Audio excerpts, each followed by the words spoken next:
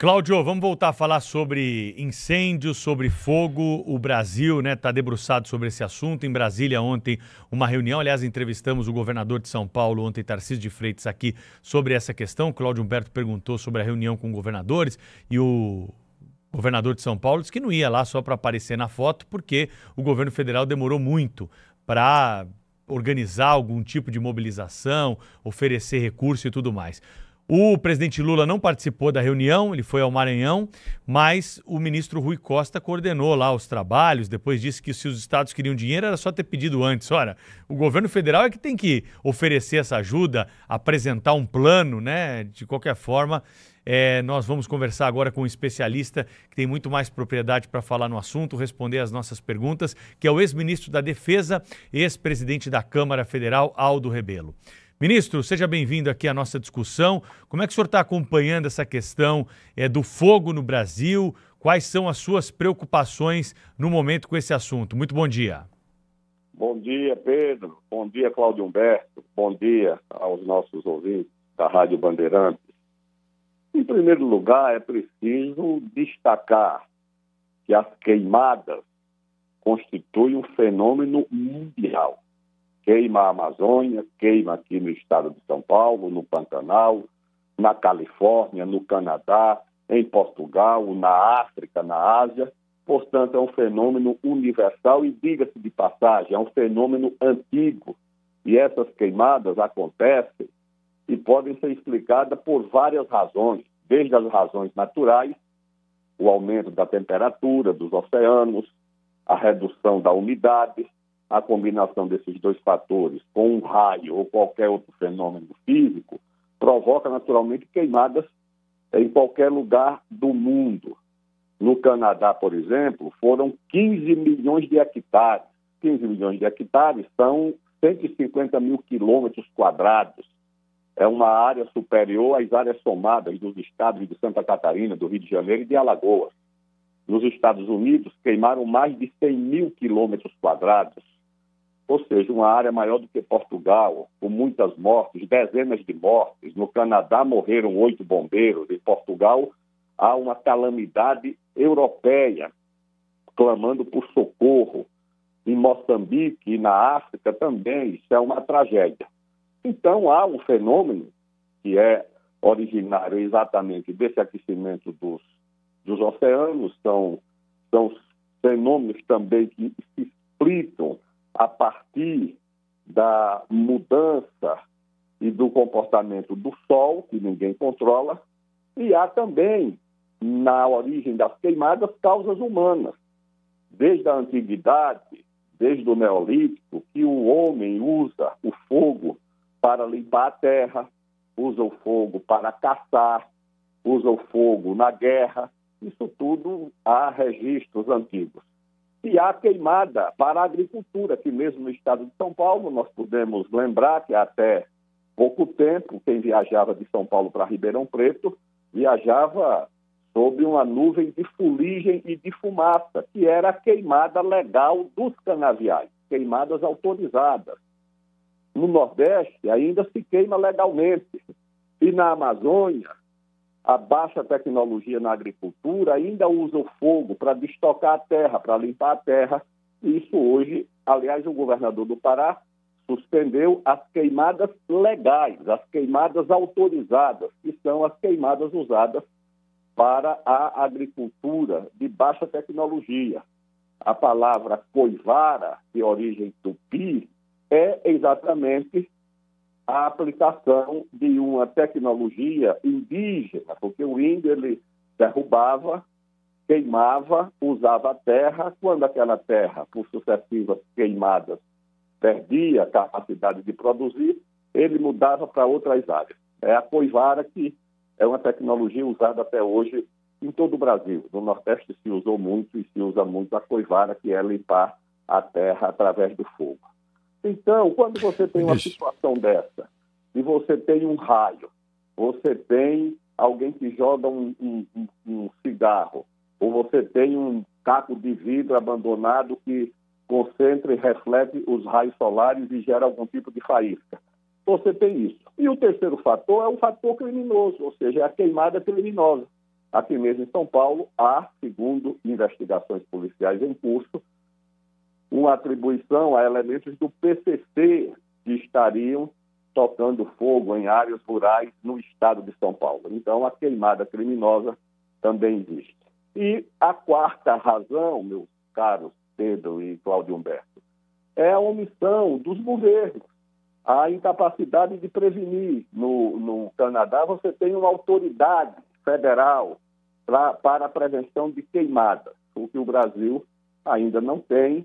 As nossas providências, muitas vezes, são demoradas, e isso resulta no agravamento da situação. O que eu mais receio é o uso dessa circunstância para reduzir a autoridade do Estado brasileiro sobre a questão do clima e se criar essa chamada autoridade climática controlada de fora, porque esse sistema global, na verdade, tem um grande interesse na Amazônia, tanto que vão realizar essa conferência do clima na Amazônia, e o objetivo de tudo isso é reduzir a soberania do Brasil sobre essa área que é a mais rica do planeta, a mais rica em minérios, a mais rica em biodiversidade, a mais rica em água, a mais rica em fronteira agrícola, e, naturalmente, esses países ricos estão de olho nesse tesouro da Amazônia. Não é pelo nosso bem, meus amigos, é pelos nossos bens.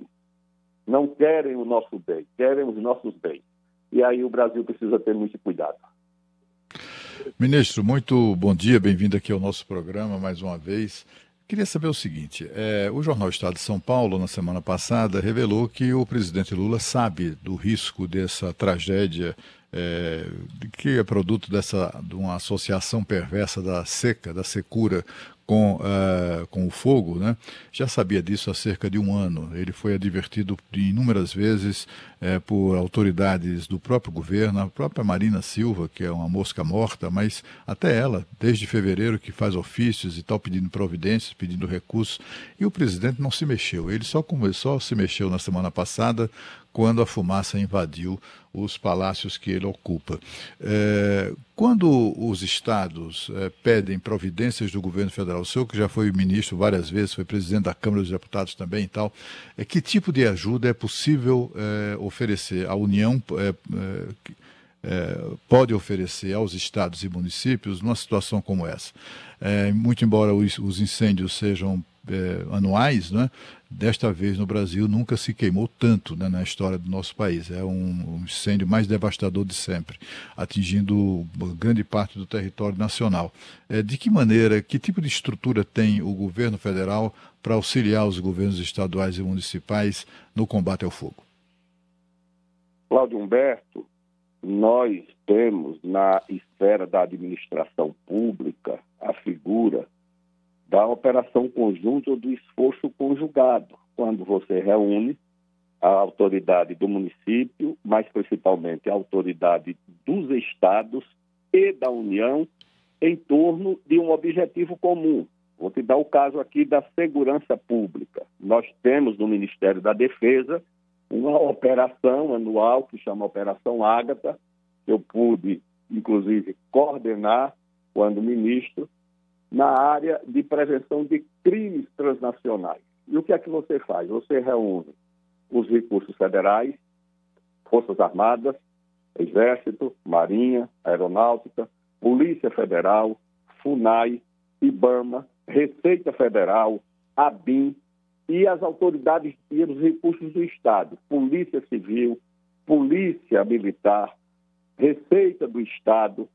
Esses órgãos todos, sob coordenação de um órgão, que no caso é o Ministério da Defesa, estabelecem as operações para reduzir os ilícitos transnacionais. No caso da prevenção, você tem os mesmos recursos para enfrentar possibilidades de fogo. Você tem os recursos do governo federal, a partir do próprio Ministério da Ciência e Tecnologia, que opera todo esse sistema de controle, de monitoramento a partir do INPE. O INPE é capaz de localizar um fóssil que se acende em qualquer lugar do Brasil. Ele tem satélites para isso. Queimada e desmatamento, o INPE tem meios de localizar rapidamente. Se você localiza e rapidamente você opera o combate, como, por exemplo, você tem no governo federal as Forças Armadas, você tem a Polícia Federal, você tem a Força Nacional, você tem o IBAMA, você tem a FUNAI, todos esses órgãos têm recursos, têm helicópteros, têm meios de enfrentar esses sinistros. Se você junta isso numa operação conjunta, com comando e controle conjunto, a Polícia Militar, o Corpo de Bombeiros de cada estado, se tem uma coisa no Brasil, tecnicamente preparada e com meios razoáveis para enfrentar esse tipo de sinistro, que são incêndios, é o Corpo de Bombeiros de cada estado. Você vê que quando há qualquer coisa dessa, seja em São Paulo, ou em Alagoas, ou no Rio Grande do Sul, eles operam com rapidez e eficiência. Então, você tem esses recursos. E mesmo hoje, nos municípios, em alguns, você tem dentro das guardas municipais grupos especializados também em enfrentar essa situação. Eu vou te dar um exemplo. Quando ocorreu aquele sinistro lá de Minas Gerais, Brumadinho, sabe qual foi a primeira instituição que chegou? Foi uma unidade militar que não era uma unidade militar, foi um tiro de guerra. O tiro de guerra chegou e cumpriu um papel importantíssimo, porque mesmo sendo jovens e não tendo os meios, eles conheciam o local e operaram para proteger as pessoas. Então eu creio, Cláudio, que se o governo adotasse a atitude de prevenção, de criar diante do... Porque todo mundo sabe, como você disse, que vai acontecer. Hoje já há capacidade de previsão. Quando eu era ministro da Defesa, os comandantes da Marinha sabiam e orientavam, porque tem navios viajando pelo mundo inteiro, esse fenômeno do El Niño com 3 anos de antecedência. E todos já saíam com suas cartas de navegação, sabendo que iam enfrentar esse tipo de fenômeno. Se você pode, na navegação, se antecipar e prevenir que no dia tal, ou no mês tal, ou em tempo tal, vai acontecer um movimento irregular nos mares, nos oceanos, por que você não pode também adotar a prevenção na área do clima? Eu acho porque no Brasil é mais fácil você remediar, é mais fácil você acusar. Eu lembro que há 3 ou 4 anos, quando houve uma onda de incêndio no Brasil, também a solução era acusar o governo como responsável. Na época era o governo do Bolsonaro, tá certo? Não, é a responsabilidade aí. Eu acho que o Brasil dispõe de meios não para impedir que aconteça a queimada ou o incêndio, mas dispõe de meios para evitar um dano maior e o alastramento, porque é isso. Se você não combate o incêndio no seu início, depois fica muito mais difícil. Conversamos aqui no Jornal Gente com o ex-ministro da Defesa, ex-presidente da Câmara, Aldo Rebelo. Muito obrigado pela participação mais uma vez. Sempre bom ouvi-lo aqui na Rádio Bandeirantes e na Band News TV. Um abraço, ministro. Um abraço, Pedro. Um abraço, Cláudio. Um abraço, João. Um abraço.